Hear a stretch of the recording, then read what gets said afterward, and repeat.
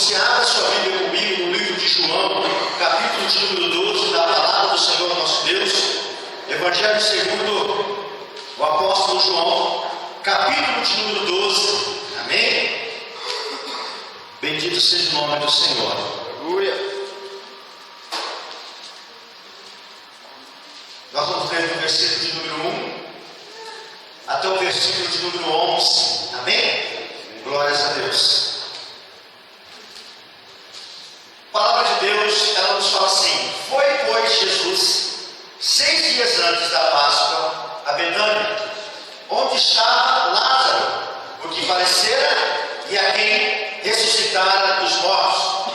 Fizeram-lhe, pois, ali uma ceia, e Marta servia, e Lázaro era um dos que estavam à mesa com ele. Então Maria, tomando uma libra de unguento de nardo de muito preço, ungiu os pés de Jesus e enxugou-lhe os pés com os seus cabelos e encheu a casa do cheiro do unguento. Então um dos seus discípulos, Judas Iscariotes, filho de Simão, o que a vida havia o traído, disse: por que não se vendeu este unguento por 300 dinheiros e não se deu aos pobres?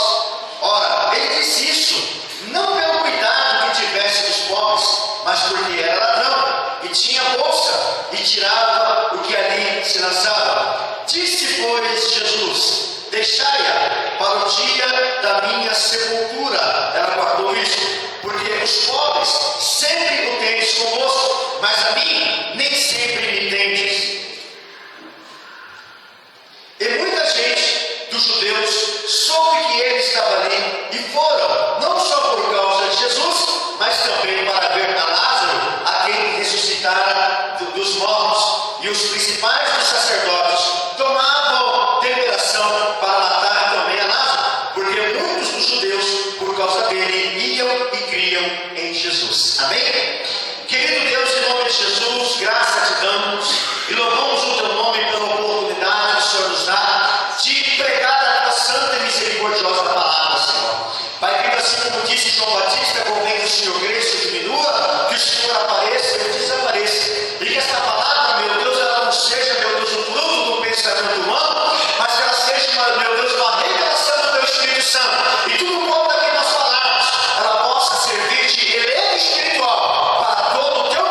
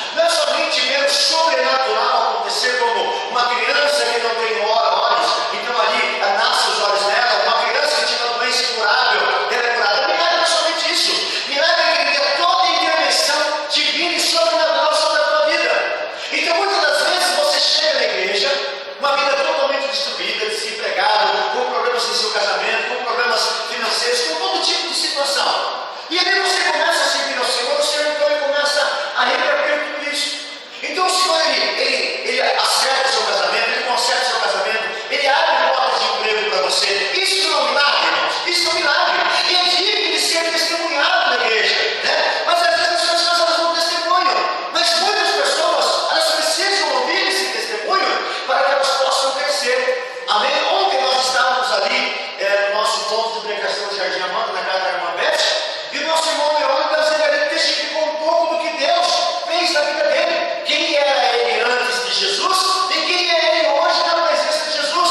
Vimos também ali o irmão Isaac, amém, testificar um pouquinho ali do que ele era, do que as pessoas achavam. A medicina desenganou ele por uma doença que ele tinha, mas a mãe dele creu, aleluia, e Deus interviu, e hoje ele é um milagre. Hoje a gente canta só um milagre, hoje eu estou aqui. Então eu creio que como o irmão Leônidas, como o irmão Isaac e muitos outros devem aprender, irmãos, a testificar das coisas que Deus tem feito na sua casa, na sua vida, porque se você não for fiel no pouco, Deus jamais vai te colocar no mundo. É nos pequenos testemunhos da sua vida que Deus ele vai edificando a sua casa, edificando a tua casa e vai te abençoando. No caso de Maria, por que Maria ela foi e se deitou aos pés do Senhor, ou se aceitou, se ajoelhou aos pés do Senhor Jesus? E aí ele me disse que ela pegou aquele unguento caríssimo, aquele nardo que valia 300 dinheiros, ou seja, valia, irmãos, cada dinheiro era um dia de trabalho. Então você imagina aí que um dia de um trabalhador hoje, mais ou menos, acho que 50 reais, vamos colocar aí. Então quanto valia aquele nardo? Vai 50 vezes 300, quanto que dá? Então dá aproximadamente 10 vezes dá 500, 100 vezes dá 5 mil, aproximadamente aquele nardo que aquela mulher usou para dar um dia dos pés do Senhor, custava hoje aí 15 mil reais. Fala, pastor, não existe perfume de 15 mil, irmão. Depende do supermercado que você faz compra, meu irmão. Porque tem picanha de tudo quanto é preço, tem picanha de 100 e poucos reais de 20, tem picanha de 22. Então depende de onde você faz compra, depende de quanto você tem para pagar. Tem muito perfume caro, caríssimo, tem muitos perfumes que, como água também, tem água que é tirada direto, né, entendeu? Das geleiras, você dá vontade que o preço do litro dela é caríssimo. Então, essa mulher, ou seja, ela juntou dinheiro de um ano todo de trabalho, para comprar algo, para agradecer o Senhor Jesus pelaquilo que ele tinha feito na vida do seu irmão Lázaro. Né? A Bíblia fala que começa narrando sobre Lázaro, que Jesus foi convidado para um jantar, para uma ceia, aonde ele também se encontrava Lázaro, amém? E a sua família. Agora, o que Jesus fez na vida de Lázaro? Lázaro, a palavra diz que ele era um amigo de Jesus, um bom amigo de Jesus, e quando ele ficou doente, as irmãs de Lázaro mandou que alguns fossem mensageiros e avisassem: Senhor, está enfermo aquele a quem o Senhor ama. E Jesus então demora um tempo para ir. E quando Jesus chega naquele lugar, na aldeia de Betânia, ali a sua irmã, a irmã de Lázaro, vem de encontro com Jesus e diz: se o Senhor estivesse aqui, o meu irmão não teria morrido. E qual que é a resposta de Jesus? O teu irmão não está morto, ele dorme. E Jesus disse: eu vou acordar, eu vou ressuscitar, eu vou levantar. Mas ela não entendia. E ela disse: eu sei que na ressurreição o Senhor vai levantar, senão eu vou levantar ele agora. E quantas vezes, irmãos, Jesus fez isso com a nossa vida? Quantas vezes, como Lázaro, a nossa vida estava pelo um fio de ouro, a nossa vida estava passando por tribulações, e Jesus entrou com providência, e ele abriu porta de emprego, ele curou, ele restaurou, ele deu livre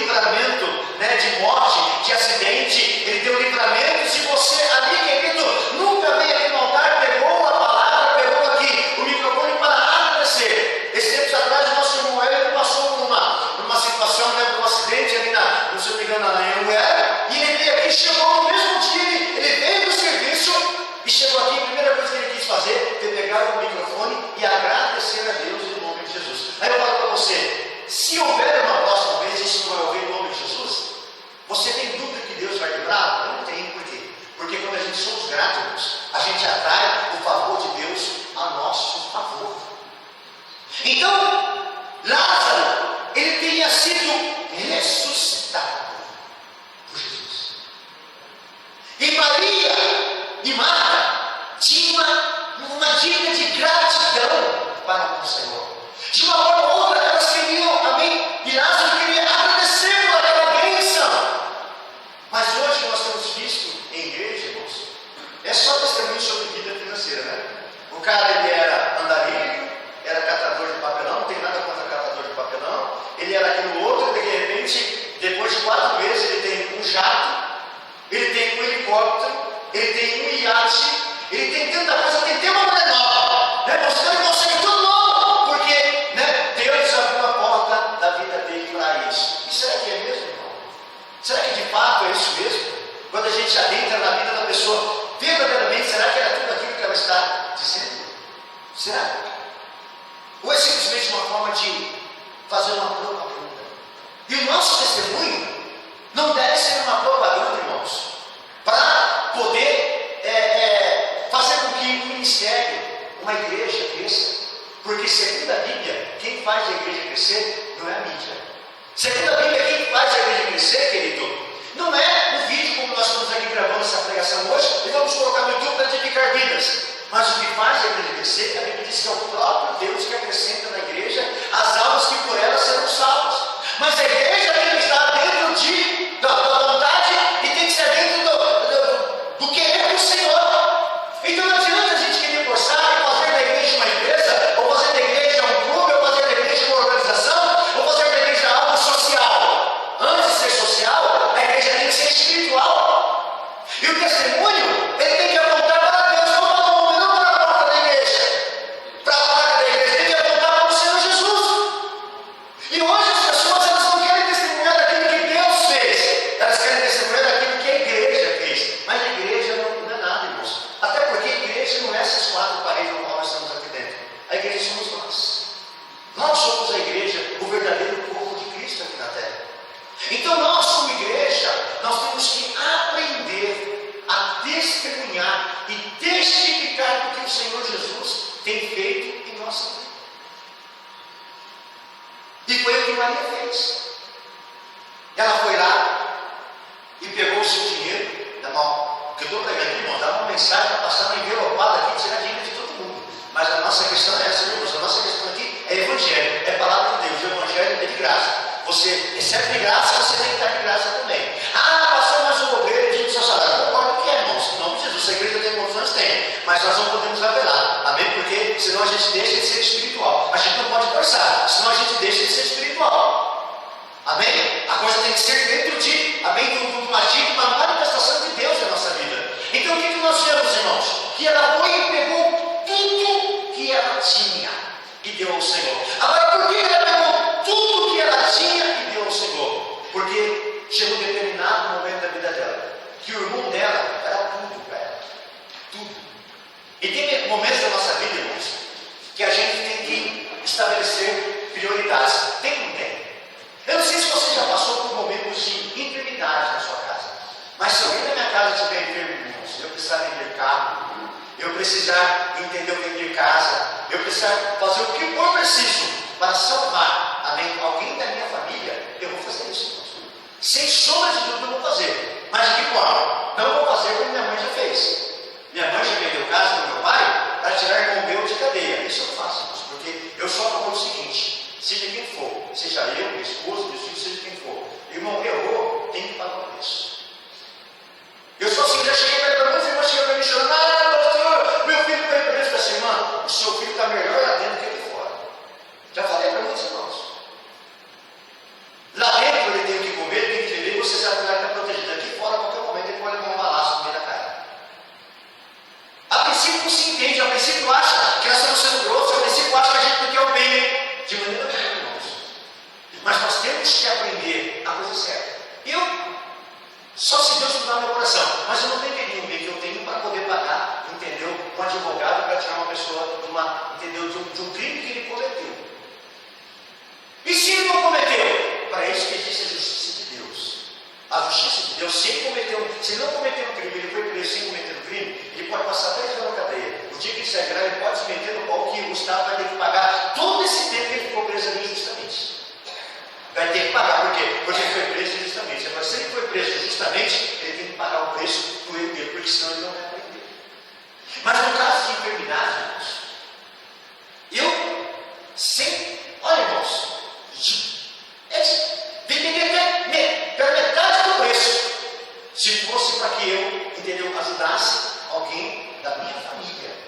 entendeu? Que pudesse, se estivesse passando por uma situação, e eu saber que aquilo lá iria salvar a pessoa, com certeza em nome de Jesus eu faria isso. E foi o que Maria fez. Maria, ela levou tudo que ela tinha, porque no tempo em que tudo que ela tinha era o seu irmão, e o seu irmão estava sobre uma cama, o seu irmão morreu. Então ela se deparou com aquele momento da vida que eu e você nos deparamos, que tem hora que o dinheiro, irmãos, ele é segundo ou terceiro plano. Tem certos momentos da nossa vida que a gente vê, irmãos, que o dinheiro, ele não compra aquilo que nós precisamos. Tem hora que ele compra, mas tem hora que o dinheiro ele não compra, irmãos. Tem hora que o dinheiro, às vezes, ele até atrapalha o agir de Deus em determinadas áreas da nossa vida. E Maria, ela disse, eu tenho que arrumar uma forma de agradecer, mas tem que ser algo que as pessoas vejam, que as pessoas testifiquem, que as pessoas vejam, entendeu, que o que eu estou fazendo é para glorificar o nome do Senhor, é para exaltar o nome do Senhor, não é para me agradecer, mas é para que o nome do Senhor seja glorificado. E ela vai então, querido, e vai lá e compra um vidrinho de nardo. Segundo, irmãos, os historiadores, esse vidrinho ao qual ela usou para ungir o Senhor, ou seja, esse nardo, não era 1 litro de nardo, não era 2 litros, não era 5 litros, não. Vinha dentro de um frasco pequeno, feito de mármore. E esse frasco, irmão, eu não sei como que era feito a parte artesanal dele, mas ele era como esses ampola que você tem de perfume experimental, de remédio experimental, que você quebra a tampa. Então, segundo alguns historiadores, então era um vasinho, esse alabastro, era um vasinho, entendeu? Que ele era por inteiro feito de pó de mármore. Então o que ela fez? Ela quebrou e jogou aos pés do Senhor. E a Bíblia diz que aquele perfume era tão bom, irmãos, que quando ela jogou aos pés do Senhor, a Bíblia diz que toda a casa, ela ficou cheia daquele cheiro, ele chegou e impregnou todo o lugar, exalou em todo aquele lugar, e chamou a atenção de um dos discípulos do Senhor mais que os outros, porque quando uns davam glórias a Deus e agradeciam pelo ato que ela estava fazendo, outro foi e começou a criticar. E por que será que nós, muitas das vezes, damos mais ouvidos para a crítica do que para os elogios? Por que nós não aprendemos a dar mais valor para os elogios do que para as críticas? Parece que se alguém faz para nós 10 elogios não é o suficiente, mas se alguém faz uma crítica, parece que a gente está no período de depressão. Eu fico depressivo, eu quero sair do serviço, eu quero cuidar dessa casa, eu quero isso. Por que o ser humano ele tem dificuldade de conviver com a crítica? Então a Bíblia diz que Judas Iscariotes, o que era o tesoureiro de Jesus, a Bíblia diz que ele reclamou. Ele reclamou e disse: que desperdício! Não poderia ter pegado este perfume, este unguento, e ter vendido por 300 dinheiro. Ele já sabia até quanto valia. Por 300 dinheiro, e pegar esse dinheiro e dar aos pobres. Aí Simone faz um comentário. Ele só falou isso porque ele era tesoureiro e porque ele vivia com a bolsa. E a bolsa, de onde você colocava o dinheiro, vivia vazia, porque tudo que caía na bolsa, a Bíblia diz que ele roubava.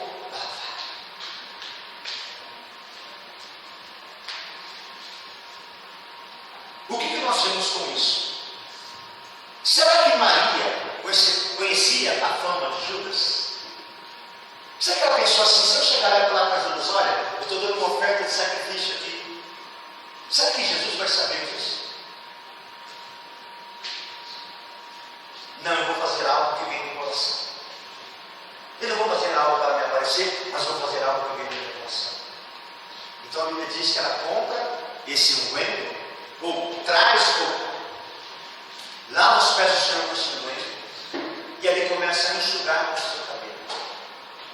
Maria cometeu ali, ou ela teve ali, um ato de gratidão, de amor. E o seu testemunho na casa de Deus sempre será visto como um ato de gratidão. Não vai ser aceito por todos, porque tem pessoas que têm inveja, porque muitas pessoas estão na igreja mais tempo do que você e não receberam o que você recebeu ainda. Mas por que aquele irmão recebe e eu não recebo? Por que um recebe e o outro não recebe? Porque Deus julga a intenção do coração. Você está fazendo de coração? Estou. então Deus aceita. Ah, mas Deus aceita. Ah, mas Deus aceita. Se o homem não aceitar, não tem problema. Quem tem que aceitar? Deus tem que aceitar. E quando então houve aquele comentário, Jesus, ele vai então e diz: deixe ela. Por que ela está fazendo isso? Me preparando para o meu sepultamento. Porque havia costume, entendeu, irmãos? Quando alguém morria, então era feito aquela preparação com os ungüentos, para que o corpo ele pudesse ser velado por vários dias ali, amém? E não subisse o cheiro. Então era feito, entendeu, ali um trabalho, um preparo, para que então aquele corpo ele suportasse mais, e que aquele corpo não viesse exalar aquele mau cheiro. E ela vai ser ali, irmãos, direcionada pelo Espírito de Deus. E quando ela vai ser ali, ela não sabia que aquele ato dela de se pôr aos pés do Senhor e adorar a Ele valia mais do que qualquer outra coisa. E existe momentos na nossa vida, irmãos, que nós temos que escolher estar aos pés do Senhor. Nós temos que escolher estar aos pés do Senhor, mesmo que isso para nós não traga nenhum consolo, porque nem sempre que nós vamos orar, nós vamos sentir arrepio, nós vamos pular, nós vamos sentir fogo nas canelas, nós vamos sentir uma vida queimar na nossa cabeça. Tem dia que nós vamos orar, irmãos, e parece que nós não sentimos nada, mas não precisamos sentir, porque a unção de Deus não é somente sentir, a unção de Deus que é ter autoridade, é ter o poder, é chegar aonde Ele deve ter chegado. E ela conseguiu tocar no coração de Deus, ela foi com aquela adoração, naquele momento na presença do Senhor.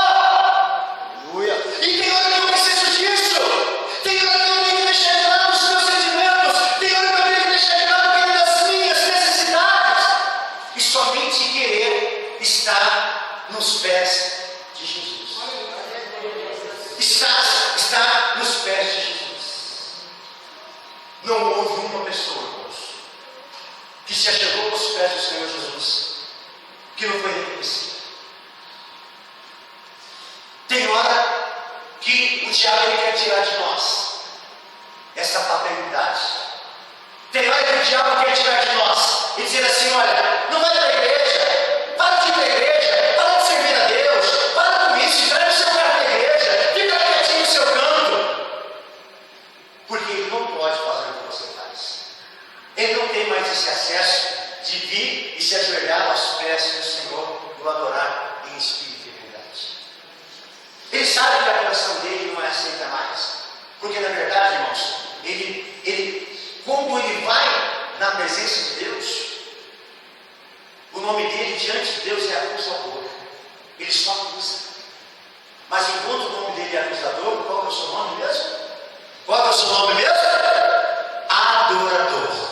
Então, quando que o nome de Satanás é acusador, o teu nome é? Enquanto o nome do inimigo é acusador, o teu nome é? E quem Deus quer ver aleluia nos pés dele, o acusador ou o adorador? Quem Deus quer ver nos pés dele, o acusador ou o adorador? Então, quem Jesus tem mais prazer em ter aos pés dele? Maria ou Judas? Quem Jesus quer ver nos pés dele? Judas ou Maria? Jesus quer ver o adorador aos pés dele. Jesus quer ver aquele que vem diante dele para adorar em espírito e verdade. Não importa qual a luta, a adversidade que você está passando, o inimigo não pode tirar de você, aleluia, este amor, essa vontade de estar nos pés do Senhor, adorando Ele em espírito e verdade. Não importa o tamanho da prova, não importa o tamanho do comprimento do vale, não importa aquilo que você está passando, o melhor lugar para estar neste momento é nos pés do Senhor Jesus, como aleluia, Maria esteve, adorando a Ele. Assim você deve fazer, querido. Assim você tem que entregar o teu tudo para Deus, o teu tudo para Deus em adoração, entregar o teu tudo na presença do Senhor. Enquanto o que chamou a atenção dos homens foi o cheiro do perfume que ela jogou aos pés de Jesus, mas não foi o perfume que chamou a atenção de Jesus. O que chamou a atenção de Jesus foi a adoração. O que mais chama a atitude do Senhor para conosco é a adoração. Por que, irmãos, a adoração? O que é adorar? Adorar, irmãos, eu vejo muitas pessoas falarem sobre adorar, e você tem visto muito.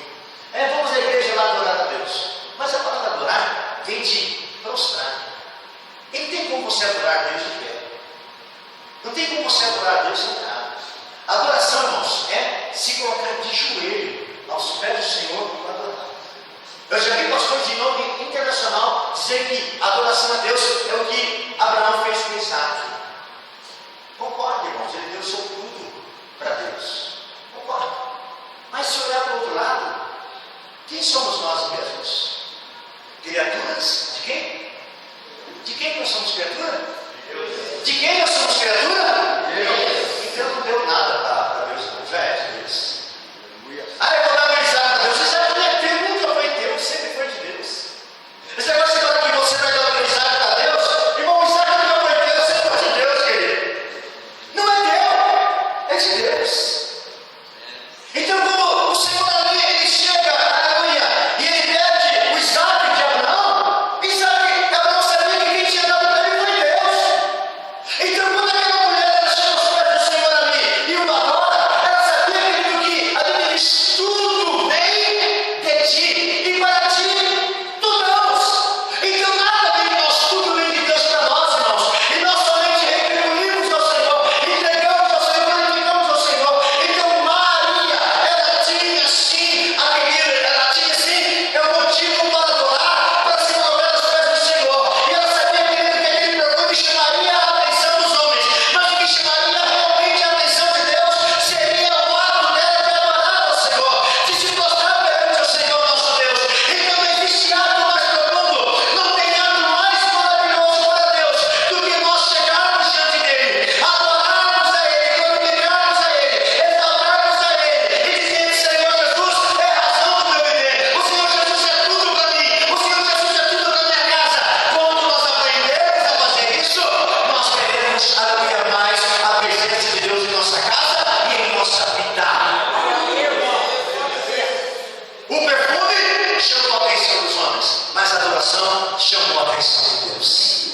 O que você quer? Chamar a atenção dos homens ou chamar a atenção de Deus? Se você quer chamar a atenção de Deus, irmão, você adora Ele. Mas adora Ele em que circunstâncias para que nós oremos? Se você estiver passando pela prova, passando pela luta, pela adversidade, sabe que é a hora de você adorar a Deus? Se nós recordarmos o texto, Maria, quando ela chega até o Senhor, quando Lázaro, então ali, ele está morto, Maria, ela vai ali e se joga aos pés do Senhor. Nós temos que aprender a ter um ato, temos que aprender a ter atos de adoração na presença do Senhor. Eu vim e prego aqui, então é fácil. Eu chamo você aqui na frente, você vai dobrar o teu joelho e você vai orar a Deus. Mas você vai fazer isso amanhã? Você vai fazer isso depois de amanhã? Você vai continuar fazendo isso daqui uma semana? Você vai continuar fazendo isso daqui um mês? Você só vai fazer hoje porque você foi movido pela pregação do pastor. Você só vai fazer isso porque você está sendo movido pela palavra de um homem. Mesmo que esse homem seja um pastor, seja um presbítero, seja quem for, você só faz isso porque você é movido por uma palavra. Ou você faz isso porque você é movido pelo amor e pela graça de Deus. Você é movido pela graça de Deus? Você é movido pelo amor de Deus? Você é movido pela gratidão a Deus? Se você é movido pela gratidão a Deus, irmãos, se você segue Jesus porque você é grato a Ele, você vai adorá-lo todo dia. Mas se você é movido, se você segue Jesus porque você quer milagres, porque você quer bênção, na hora que Ele te entregar, você abandona Ele. Eu tenho que ser movido pelo fato de que eu sou grato ao Senhor. Se hoje, até o final da minha vida, Jesus ele não concedeu para mim mais nenhuma bênção, irmãos, o que Ele já fez, já é, irmãos, já é necessário para que eu adore para o resto da minha vida. O que o Salmo diz? Que nós estávamos em que condições? Estávamos no lamaçal do pecado. Estávamos todos sujos de pecado. A Bíblia diz que nós estávamos, irmãos, num charco de lodo.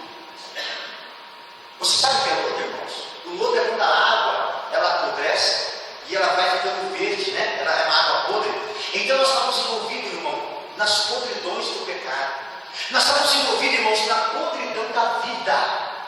Aí sabe o que aconteceu? Jesus, ele foi, e a Bíblia diz que ele nos tirou da podridão do pecado. Ele nos tirou da podridão da vida.